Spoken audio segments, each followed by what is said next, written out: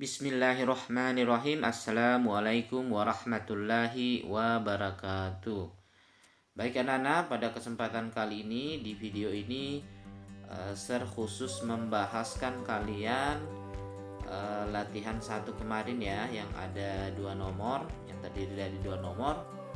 Ya, kita mulai dari nomor 1 dulu.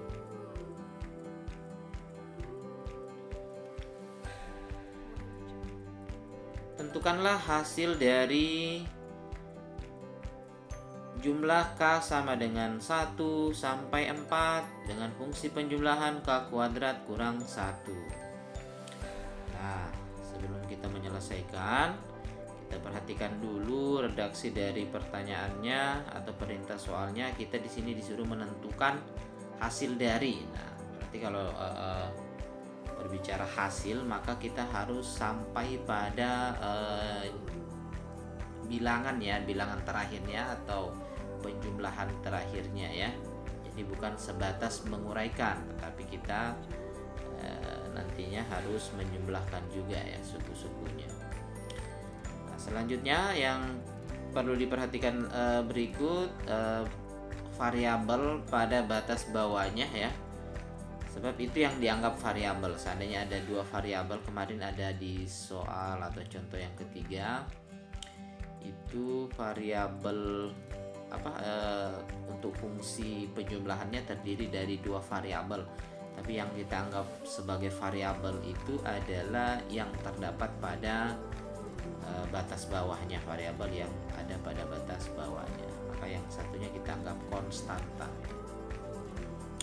Nah, di sini kebetulan fungsi penjumlahannya hanya ada 1 variabel, yaitu variabel K.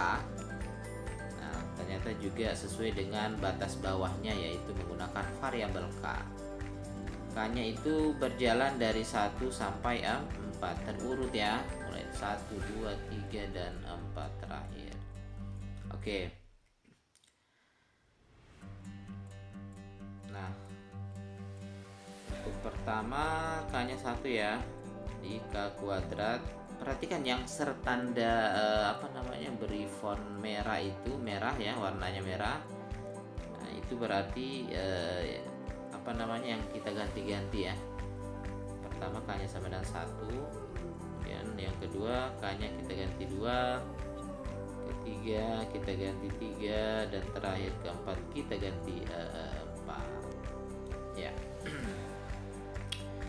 Nah, selanjutnya kita selesaikan yang dalam kurung. Nah, ini juga ya, jangan lupa kalian taruh dalam kurung jika fungsi penjumlahannya terdiri dari 2 suku atau lebih. Nah, pada soal ini kan fungsi penjumlahannya K kuadrat kurang 1 itu terdiri dari 2 suku, yaitu K kuadrat dengan negatif 1. Maka wajib kalian kurung pada saat atau tiap kalian menggantikannya ya, tiap kalian menggantikannya untuk satu fungsi. Nah, seperti di ini ya, di layar. Beda kalau fungsi penjumlahannya itu hanya ada 1 suku saja. Nah, itu tidak wajib ya, tidak wajib. Artinya tidak wajib, boleh dikurung, boleh juga tidak. Nah, seperti itu. Setelah itu kita selesaikan yang dalam kurung. 1 kuadrat itu adalah 1 kurang 1, 0. Yang kedua ya, 2 kuadrat itu 4, kurangi 1, 3. Yang ketiga 3 kuadrat 9 kurang 1, 8. Dan yang terakhir 4 kuadrat 16 kurang 1 itu 15. Nah, baru kita jumlahkan 0 tambah 3, 8, dan 15 itu kurang lebih 26 ya, sama dengan 26 ya. Jadi hasilnya adalah 26. Nah, bandingkan dengan jawaban kalian yang lalu, apakah benar atau salah. Benar, alhamdulillah ya kalau benar. Oke, kita pindah ke nomor kedua.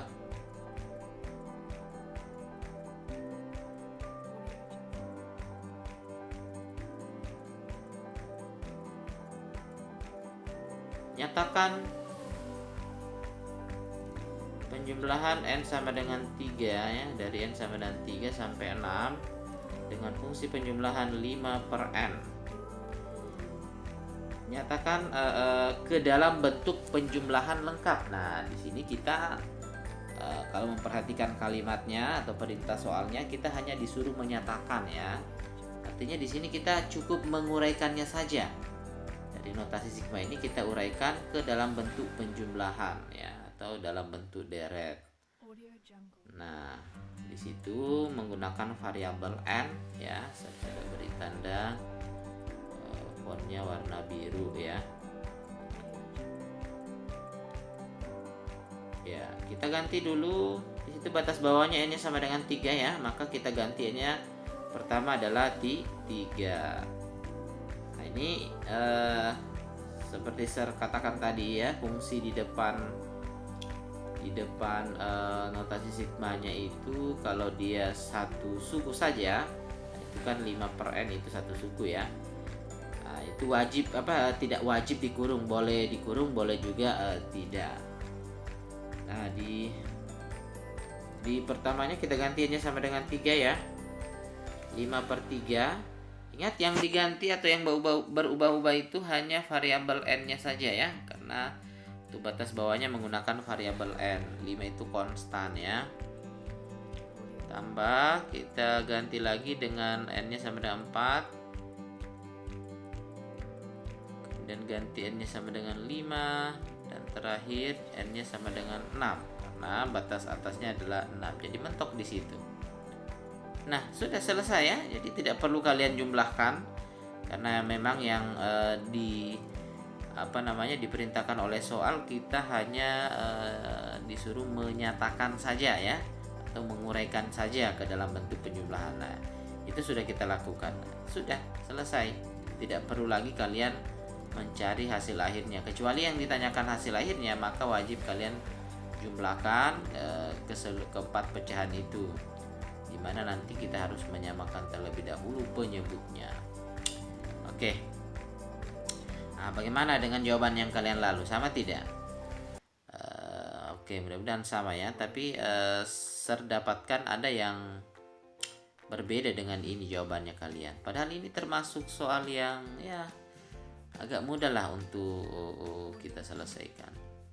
Oke, cukup pembahasan untuk latihan 1. Simak video selanjutnya. Pada video selanjutnya kita pindah ke contoh-contoh soal selanjutnya. Saya akhiri. Assalamualaikum warahmatullahi wabarakatuh.